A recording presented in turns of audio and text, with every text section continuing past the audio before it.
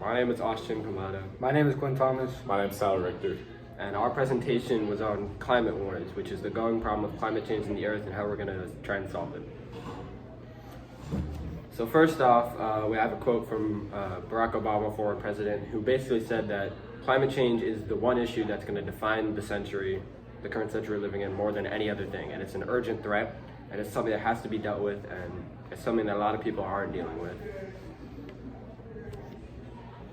So first of all, what is global warming? Well, it's defined by the BBC News as long-term shifts in temperature and weather patterns. And the problem of climate change is only going to get worse per multiple graphs that show that climate change is, the world is heating up really fast, and only 6 in 10 Americans are worried about global warming.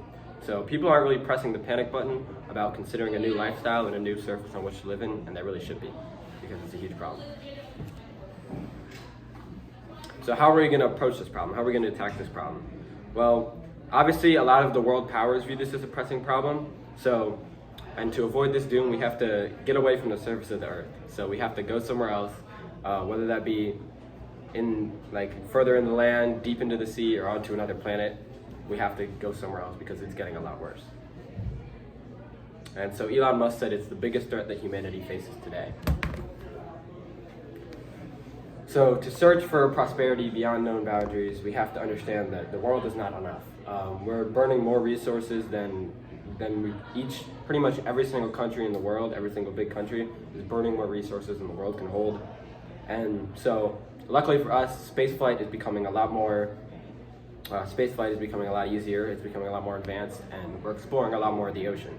So if we can just find some solutions in those two areas, then we might have a new way to live.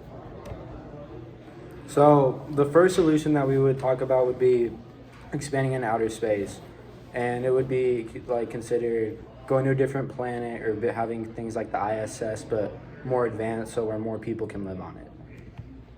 So the cost of space flight has also gone down quite a lot in the past couple of years, making it more obtainable now more than ever. With the technology is also improving, so it makes it a lot easier. Resources are also depleting on Earth, so it makes it more necessary. Our second solution would be going down deeper into the earth. So that would include having tunnels underground or having little societies underground. That would which would protect us from the heat of the sun, and we could discover new species underground that we might have not noticed before. Places in China have already started doing things like this, where they have societies underground and little areas underground that are sustainable and that people can live in. It's also it saves a lot of space. So with the population growing at an all-time high, it makes the population growth a lot more condensed. Solution 3 is expanding underwater. It's still one of the most unexplored areas in the Earth, and the ocean can support large numbers of people in terms of food, energy, and innovative products, because we can use water to harness energy sources by the flowing currents of water to create electricity, and there's lots of fish and wildlife in the sea, especially at lower depths, which hasn't been affected by climate change yet. This will create a new, safer environment for humans to live in, because all of our byproducts can just be sent up to the surface. We won't have to use fossil fuels, and we aren't susceptible to natural disasters. The only ones we would be are underwater volcanoes and earthquakes. The best solution overall is going to be space expansion. It is going to be the best solution because of how low it's been dropping, and there's great interest in space expansion right now.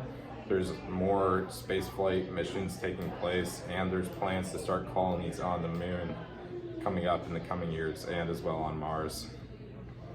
So in conclusion, the